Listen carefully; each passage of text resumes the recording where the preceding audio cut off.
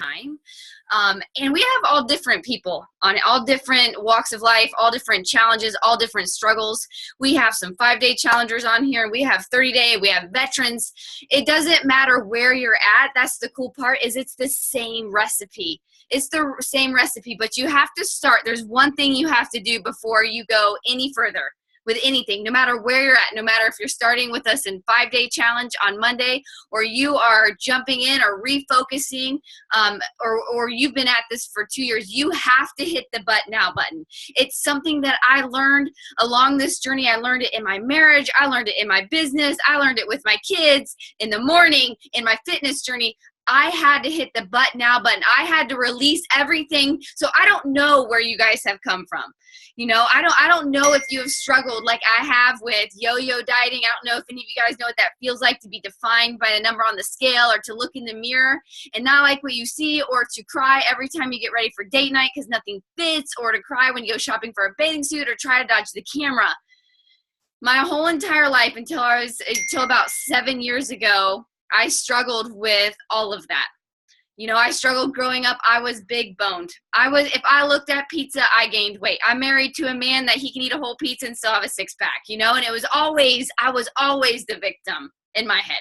Woe is me, right? Like, why me? That's not fair. My sister's the tiny size 0 and I'm the size 8, 10. Like, why? And I play sports. Why me? Why me? And I was racking my brain. I even became a personal trainer to try to fix myself. That was my focus. Like, I became a personal trainer because I struggled for so long. It must be something that I'm missing, some type of knowledge that I needed to gain. And would you know, the personal training didn't fix anything. I still struggled.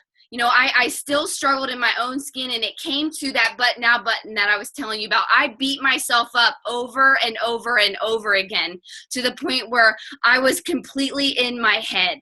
And so 7 years ago, I walked down the stairs and I saw this sign that said, if you want something different, you have to do something different. And it was funny because this time I'd seen this quote like a million times. And I had it hanging at we were in the military, and everywhere we went, this quote hung. But this time the word you popped out. Summer had to do something different, not Chad. Not Chad had to start to support me, or not Chad had to push me out of bed, or not my parents had to do something different, or whatever. Summer had to. And to do something different, I had to hit the reset button. I had to release everything I tried, all the yo-yo dieting, all the start on Monday, screw it up on Friday, eat donuts on Saturday because I screwed it up on Friday, start over on Monday. Can anybody relate to that? I lived that. Yes, I lived that. And it was like, and by the time I got to Monday, I felt defeated, but I got to try it again. I'd go really strict. I would deprive myself. I'd beat myself up in the gym, you know, to the point of exhaustion, or what. It consumed me. Food consumed me. My weight, the number on the scale. I could be having a rocking day, step on the scale, tell me something I didn't like. It's gone. I mean, and the way I treated people correlated with what I saw on that scale, you know? And so I'm excited because I don't know where you're at, but I do know what can happen from here, because I started right where you guys are 7 years ago. 7 years ago, I stepped into what I call the secret sauce, which is support. I was trying to do everything myself. Anybody ever feel that way? I got this. I have to do this. I have to figure this out myself. I have to study more. I got to try something different. What's wrong with me? Over and over, until I realized I can't do this by myself. I was so stubborn. I can't do this by myself. So I kind of surrendered. I hung up my running shoes. I hung up, you know, I was teaching boot camp classes. I hung that up, and I opened P90X that I'd had for 2 years in its wrapper. It had made its way from Mississippi to the state of Washington, all the way back to North Carolina as a military family, never unwrapped. And when I saw that sign, I was like, this is something different. If I keep doing the same thing, if I keep beating myself up, if I keep down this road, I'm going to pass this on to Riley. She was 10 months old, and I'll never forget when this was all starting to have this realization. I was rocking her, and I was thinking, I can't keep doing this. I can't pass this on. She's going to watch me. She's going to watch me look in the mirror. She's going to watch my mood change when I step on a scale. She's going to watch me do these chubby checks. You guys, I used to grab the fat on my waist and hold on to it. And Chad would be like, is it still there, Summer? Like, yes, it is. And I'm just going to make sure. You know what I mean? And so Riley was going to pick up on that in time. And that's when I found my why. And we're going to talk about this in the groups where we're going to build the foundation together. You're going to be surrounded by people in a safe place to be loved unconditionally right where you're at, not to have to hide anymore, but to be real, to be raw, and to be loved, and you're going to work on finding what you're willing to fight for, because change is hard. It is. Change is hard and it's scary. And sometimes, even though our comfort zone was miserable, we migrate back to it because we know it. We're used to that. We migrate back to it, right? So change is hard, but when you find something you're willing to fight for, you find the fight. You find the warrior inside of you. It's not easy. It's not a straight line. See, a lot of times in our society, the way we are programmed, we're programmed to think from point A to point B, so where you're at now to where you want to go is a straight line. And if it isn't a straight line, something's wrong with you, because if you look on social media, Facebook, everybody has it all figured out, and it's a straight line. Everything's good. Everybody's smiling. Every marriage is awesome. We're good. You know what I mean? It looks like a straight line. So when we start to veer off, we start to compare, and we start to beat ourselves up. But really, from A to B, it's a road trip, man. I mean, that's how I see it. Like, if you were going to drive, say you were like excited to meet all your friends in Austin, right? You're going to Austin. I just love Austin. I don't know about you, but I like country music and I like the vibe there. And I would totally rent a VRBO in Austin and bring my friends there. And I'm leaving from Columbus, Ohio, right? There's a couple things I have to do, right? No, my husband can pack all my bags for me. Not that he does, but he does a pretty good job. He can shake up my shake for me. He does that, mix up my coffee, all that kind of stuff, start the car, warm my seats, everything.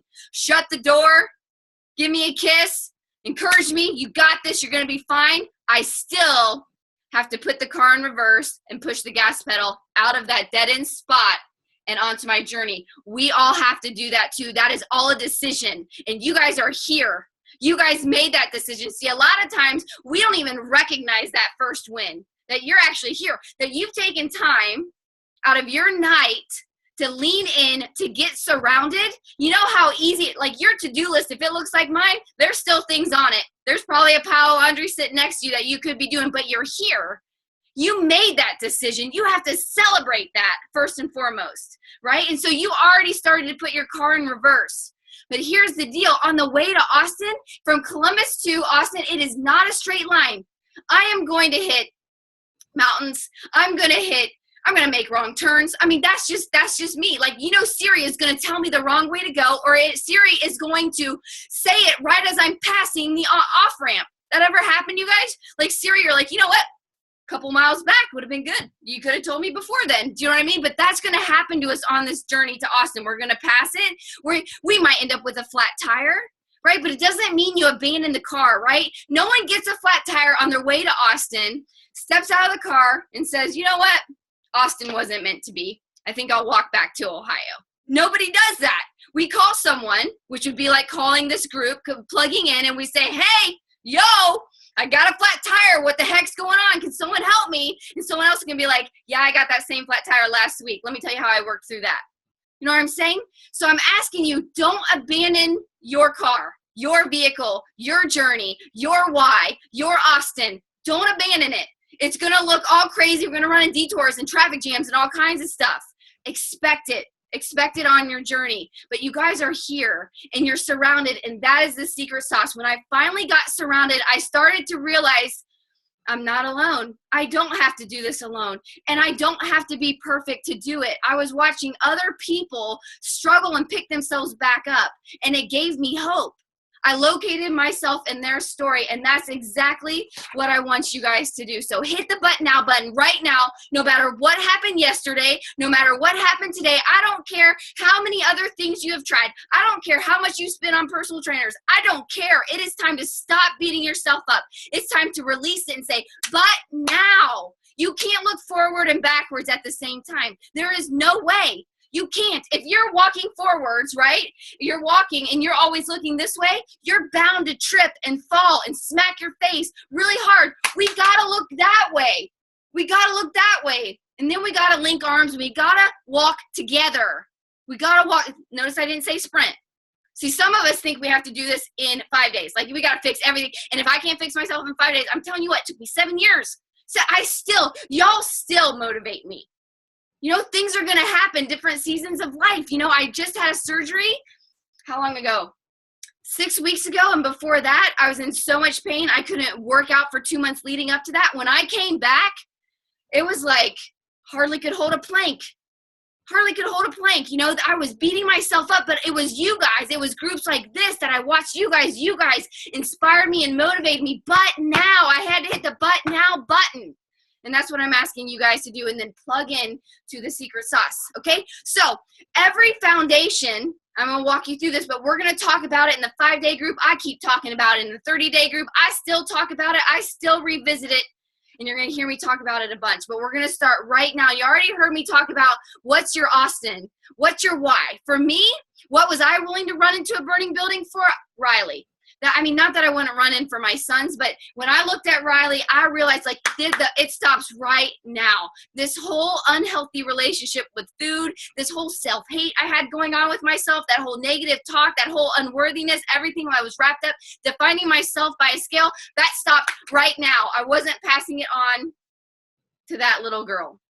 Because if I kept going where I was going, I knew 10 years from now where she would be. She would be the me when I was 10. Does that make sense? And so that was my fight. Your fight, it might be something different. You know, another part of my fight was I hated being naked in front of my husband. I'll just say it. I didn't like it. And so I avoided it. You know what I mean? He'd touch me. I'm sleeping. I wasn't asleep, but I'm going to pretend I'm asleep. You see what I'm saying? Like that. And that started to create a wedge in our relationship. And if I kept doing that for 10 years, we would be roommates.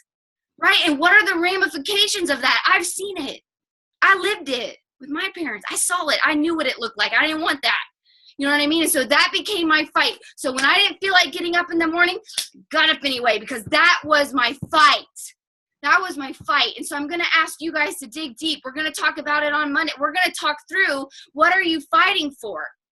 Why? Why is it important to you? Because it is that is going to pull you up when you fall down, not if you fall down. I mean, think of it. Think of it. When you're a toddler, how many of y'all have kids? When your kids, when they were learning how to walk, did they learn the very first day? Like they stood up and they just started walking? Did some of you guys go, you know what?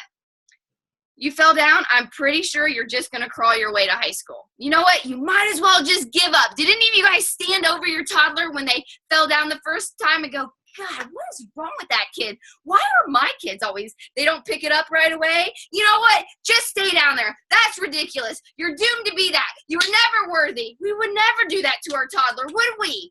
We pick them back up. We talk to them like, they take one step and we're like, whoa! Like, you know what I mean? We're so excited for them. How come we require ourselves to run a marathon like that to give ourselves any credit?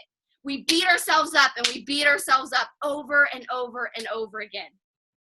And we have to rewire ourselves, and it's going to take time. It's going to stay focused, staying surrounded by each other, and it's going to require us to come back to our why. It is the foundation for everything. I still come back to, when I came back from surgery, I came back to my why. Why is that? Why do I need to fuel my body right now well? Why? And I came back to Riley, and that time I was rocking her thinking, I won't pass this on. That is my promise to you. I will not pass this on to you. I will set the example and do my best and share my scars with you and help you walk the journey just like I have. So you guys, we're going to talk about that too. You got to control your calendar. Okay. Like life is not going to get, like I always hear this, like when life slows down. I mean, I don't know about y'all, but every time I say that, I feel like life speeds up. Like, do you know what I mean? Like, it's like a joke. Do you know what I mean? Like, life just, it doesn't. You know what I mean? There's always going to be something, you know, when our kids are like teething, we're like, well, once they stop teething and sleep through the night, right? And then it's like, well, once they're potty trained, and then it's like, once they're in kindergarten, it's like, well, now they're going through this. Do you know what I mean? Like, well, it's always something.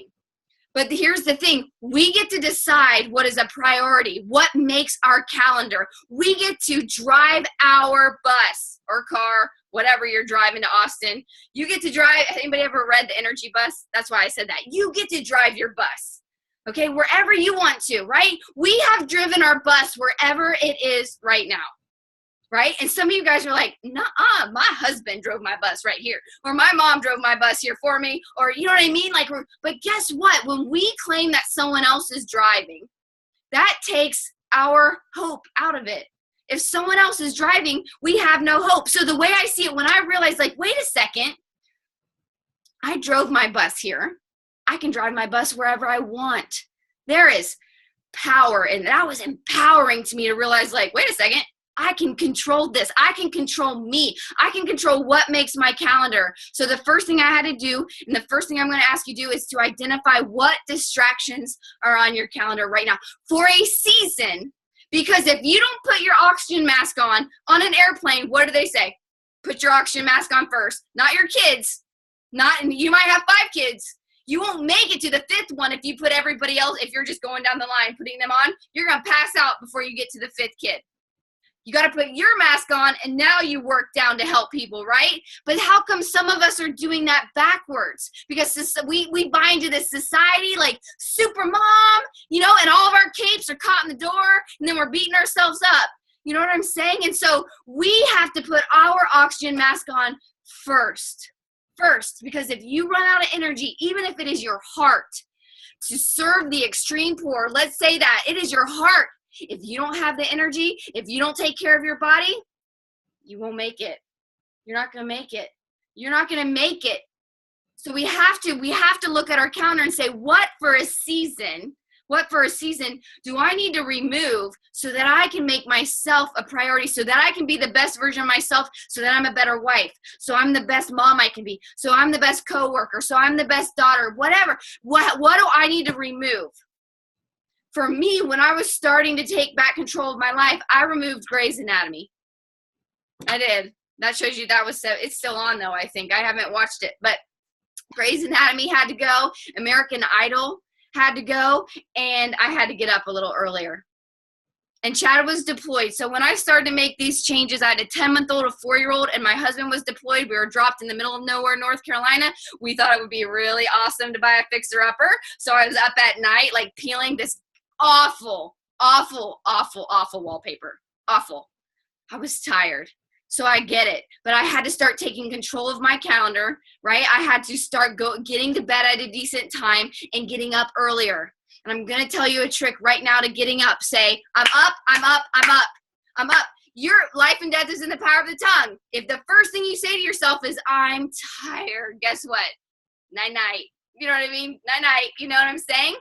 So Chalene Johnson taught me that, because when I was making changes 7 years ago, the alarm went off. I'm like, I'm tired. Snooze. You know what I mean? You have 5 seconds to make a decision, they say, before your brain starts talking you into your comfort zone. Your bed is your comfort zone, right? We are wired to move towards comfort. We are wired. So we have to intentionally make that decision. So I had to get up earlier. What distractions are on your calendar? Are you on the PTA? That might have to go for a season so that you can take care of yourself, so that you have more energy, so that you are just full of life, so that you can serve there again, right? So I stepped back from teaching group fitness classes. They weren't working for me anyway, obviously. So I had to step back from that. But what is it for you that you can rearrange so that you can make yourself a priority?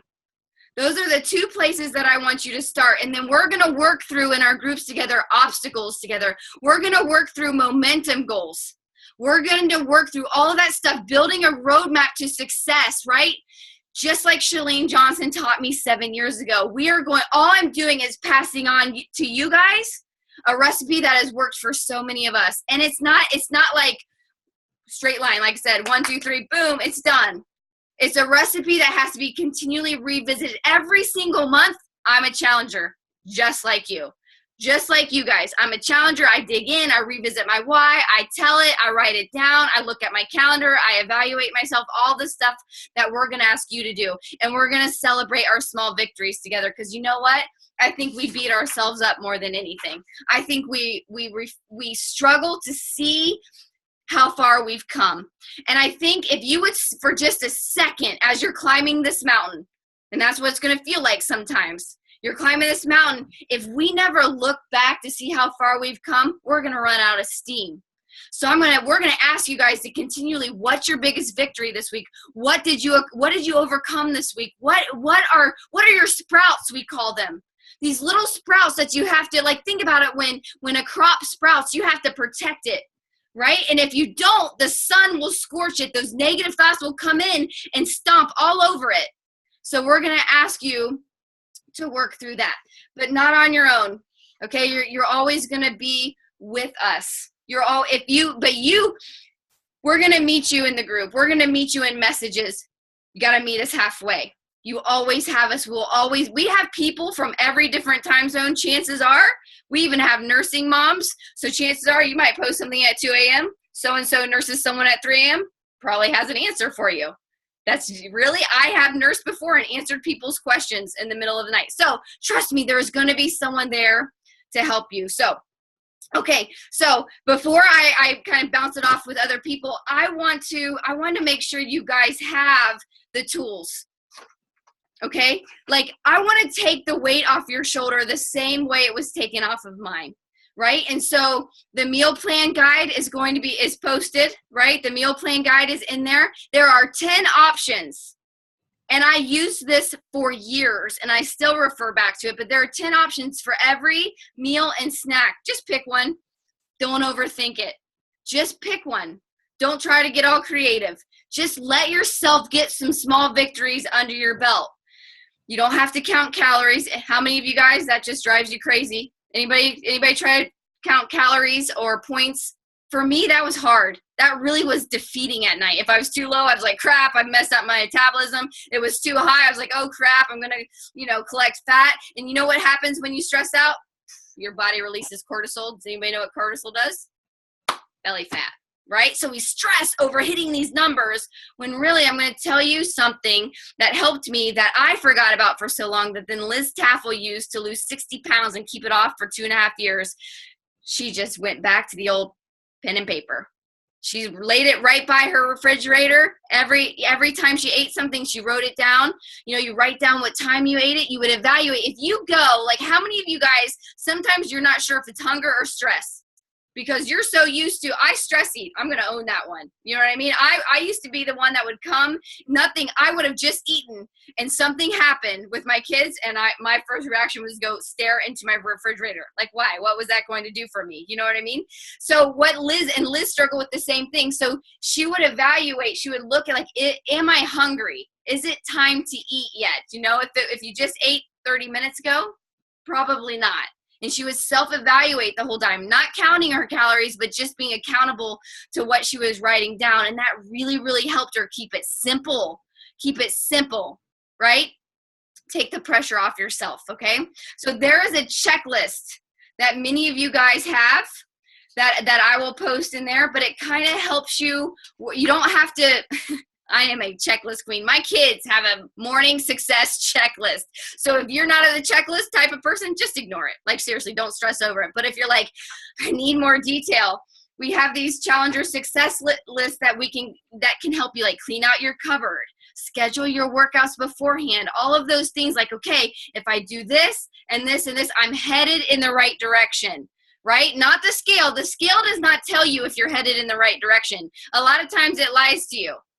It really does. The scale is not the scale doesn't always tell the truth. I'm not saying that it completely lies, but it does not always tell the truth. If you just work that, did you guys know if you work out really hard, lift really hard, and you go to weigh the next day, you're going to weigh more because your muscles are absorbing water so that they can repair themselves. They have to. That's part of the repair process. Your muscles have to repair to increase your metabolism.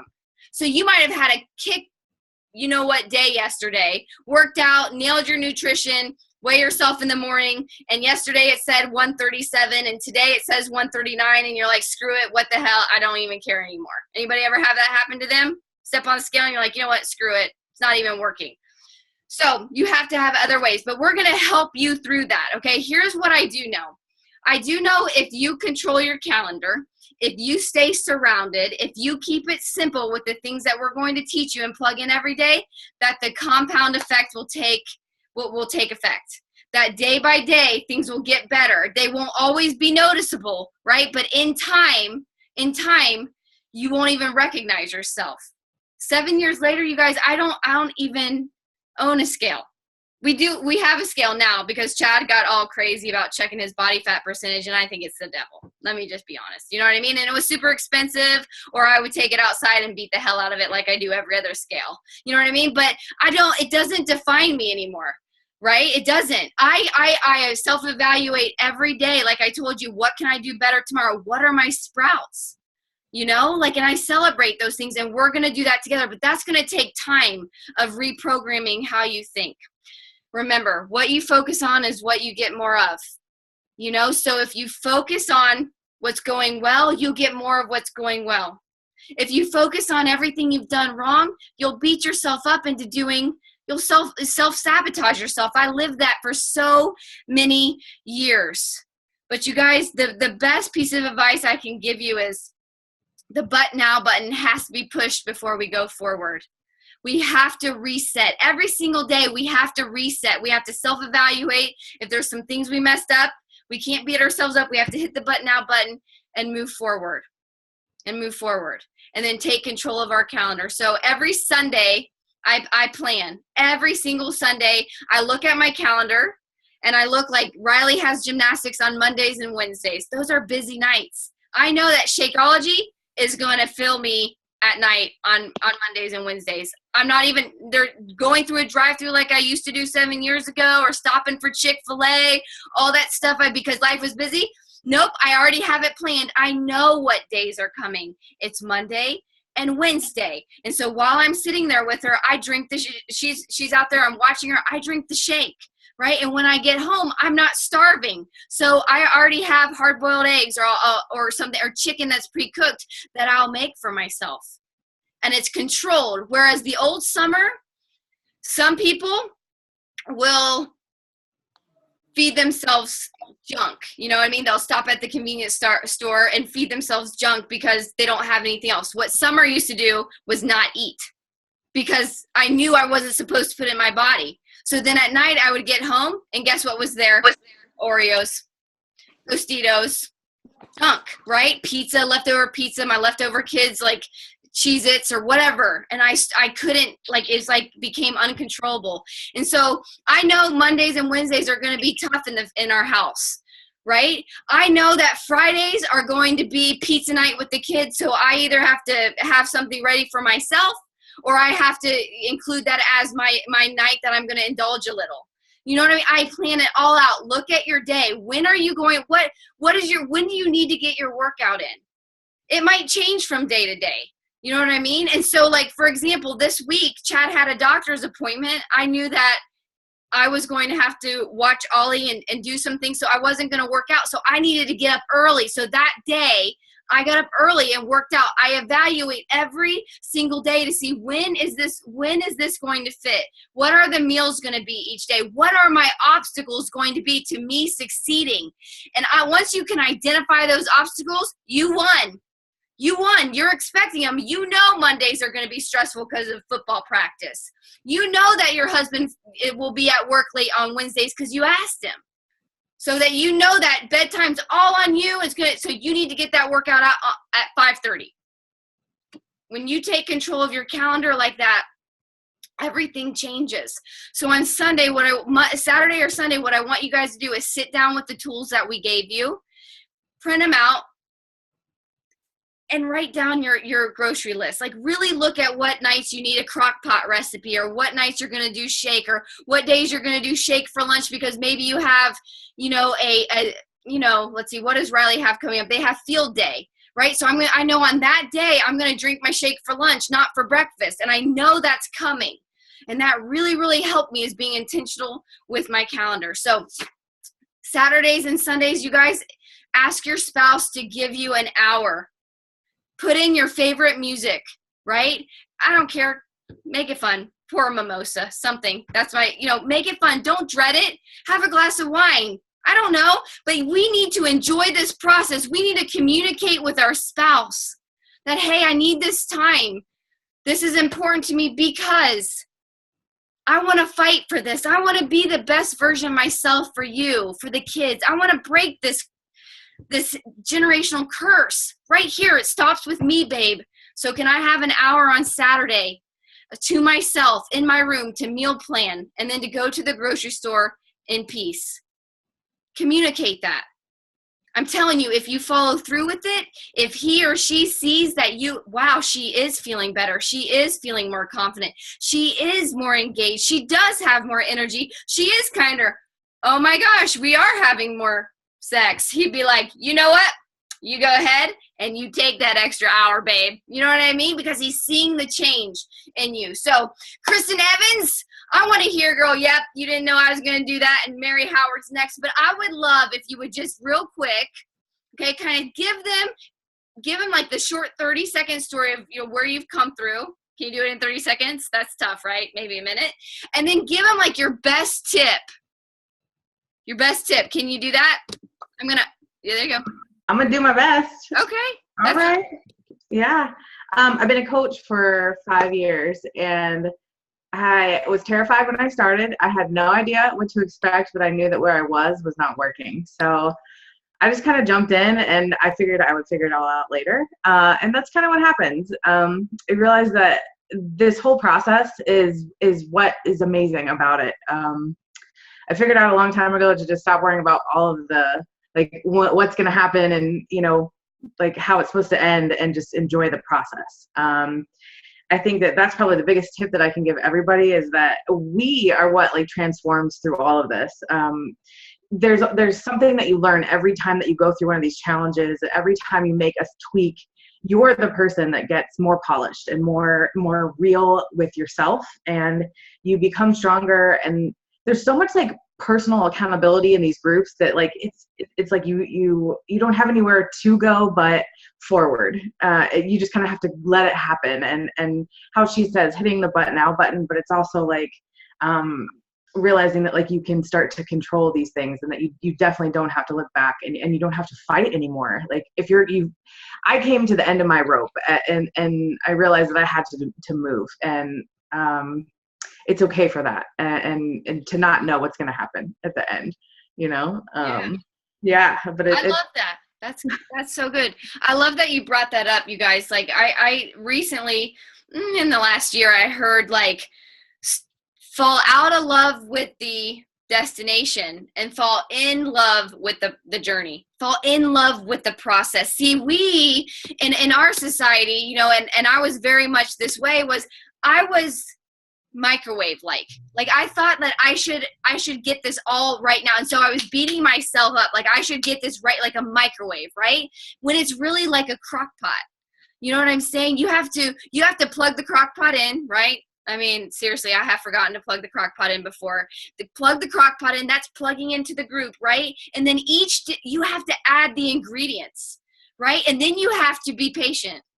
You have to be patient. And you know, when you come back 8 hours later, there's going to be some amazing smells coming out of that, right? How many of you guys have made like crock pot ribs or something? You walk in, you're like, dang, that's the kind of journey you want.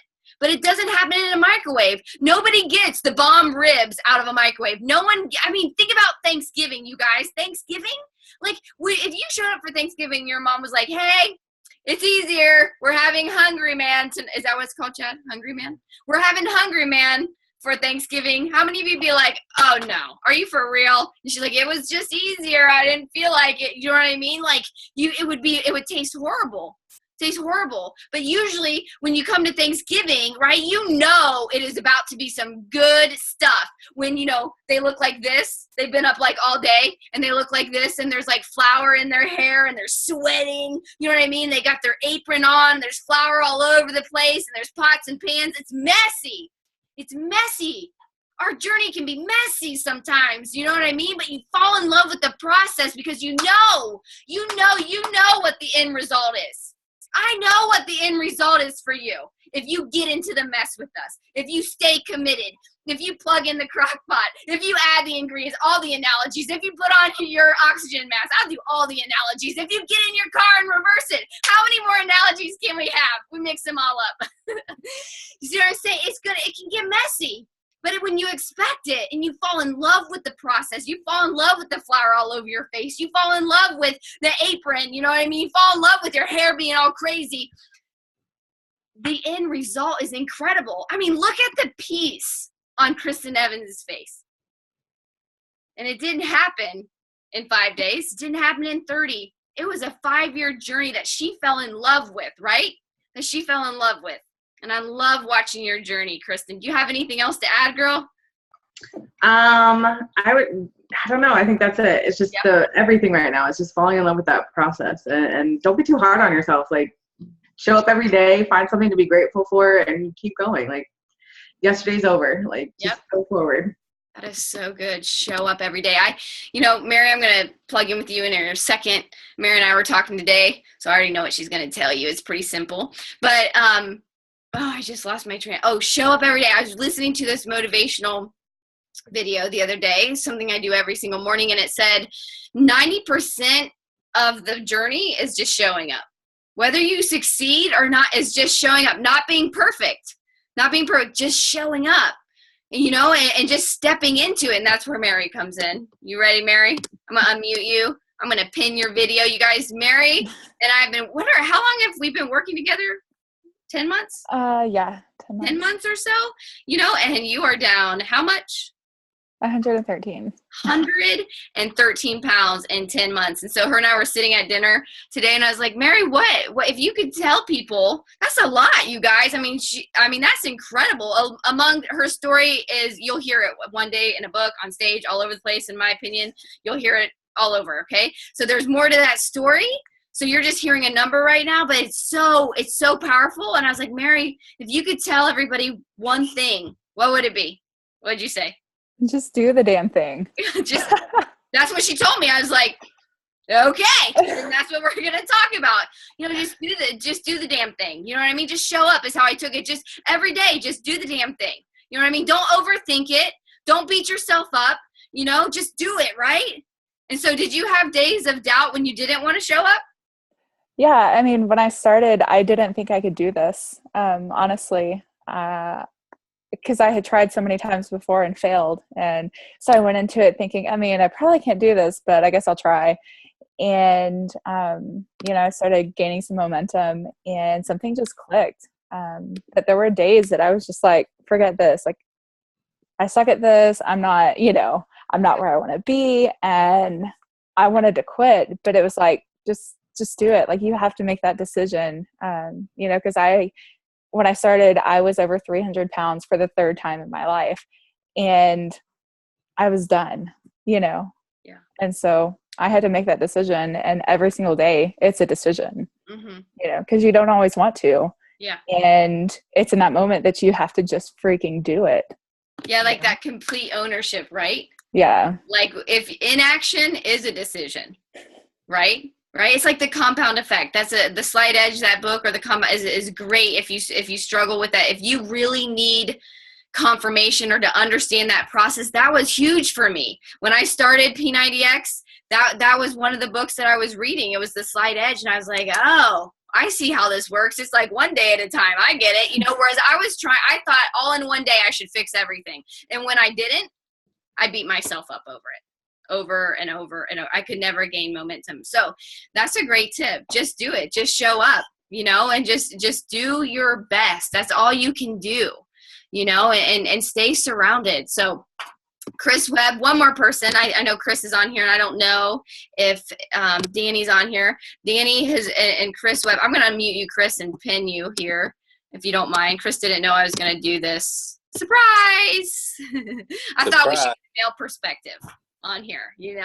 I love Chris's story. I love his wife's story. Their whole family story is incredible. And so, if you had first kind of give them a little synopsis, so to speak, and then if you could give them one tip, we'll kind of close out with your tip. No pressure. No pressure. Quick synopsis. A few years ago, I was 50 pounds overweight, drank and smoked my whole life. That was about 4 years ago. Since starting these challenge groups, everything's changed. I quit smoking, quit drinking. I've lost 50 pounds. went from very inactive to being a marathon runner, Spartan racer, Spartan trainer. I've done almost every Beachbody program. Drinking Shakeology, I can say almost every day for I would say really almost every day. It's pretty weird to think about it. But anyways, but it all really started with these groups and staying in these groups. And it's weird because I always thought, I'll be in these groups for a while and then I won't need them. And then I became, started as a coach, kind of helping people get in the groups. And then when you help people get in the groups, it's like, I'm staying in the group because, you're going to be there to, if you're going to lead by example.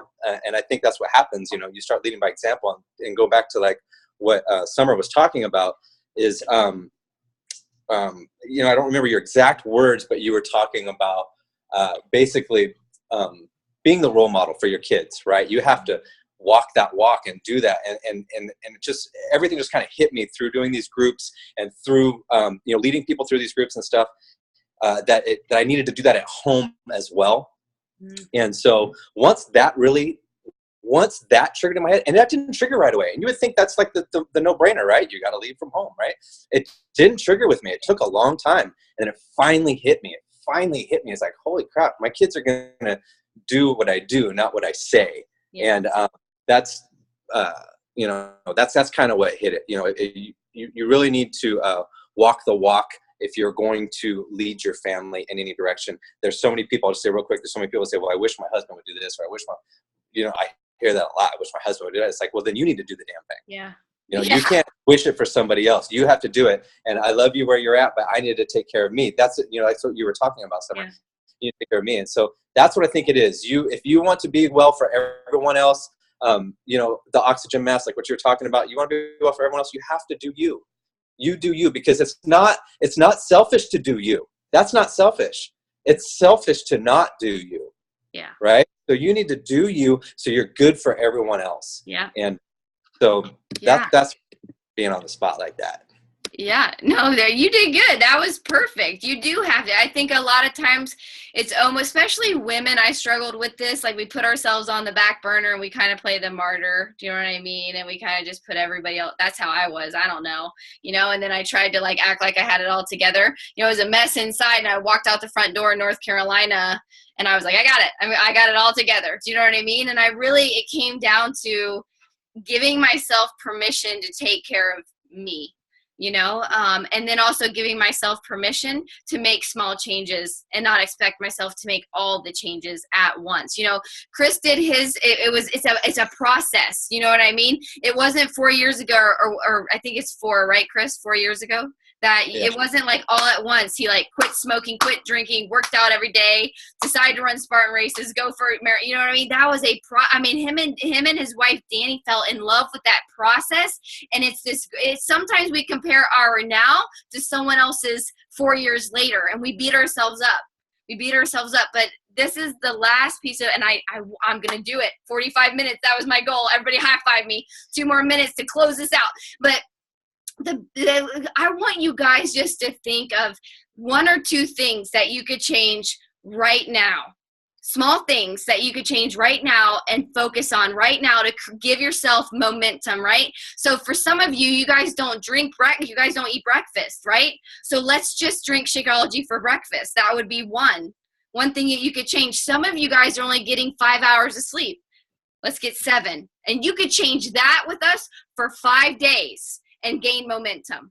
Instead of being like, okay, I have to do this and I have to do this and I have to do this and I have to do this and I have to do this and you know what I mean? To the point where you're exhausted and overwhelmed thinking about it. What if this is the call to action?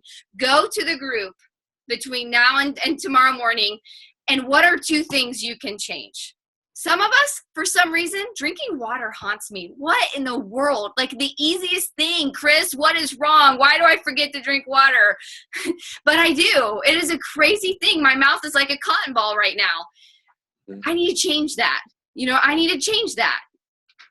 For you, it might be removing the junk food out of your house. That's a small change that you can make. You can go down, clean up your cupboards. You know what your weaknesses are. You know what you rely on. Is it wine for you? Dump the wine out for a week. Let's be done with it. Is it the Tostitos and salsa, or is it the Oreos like it was for me, or my kids' Goldfish? Yeah, for a season. and they really don't get them now, but they had to disappear because mom was like, I gotta get these goldfish for the kids. No, it was for mom. Let's just be honest. Or the mac and cheese, the kids need that. No, mom wanted to buy the mac and cheese. So for a season, I had to do that so I could be a better version of me. So what is it? What is it for you? What are 2 things that you can work on right now? And just focus on those with us for the next week while we grow and learn and talk through the things that we're going to work on to build your foundation and to create that momentum. You guys, your story is here, right? I hope tonight, listening to Mary, Kristen, Chris, myself, that you started to locate yourself in these stories. And my hope is there's a whisper, like you might be beating yourself up, but tonight, my prayer is that you heard a whisper for the first time that said, why not me? Why not me? And that you step into this tap and you take it seriously and allow yourself to come first. Give yourself permission to take care of you. Put on your oxygen mask. You guys, thank you so much. 45 minutes. I'm so excited. You guys have no idea. Thank you so much for spending 45 minutes with me tonight. I'm going to let you guys go so you can get to bed early. I'll talk to you guys later. Love you guys. See ya.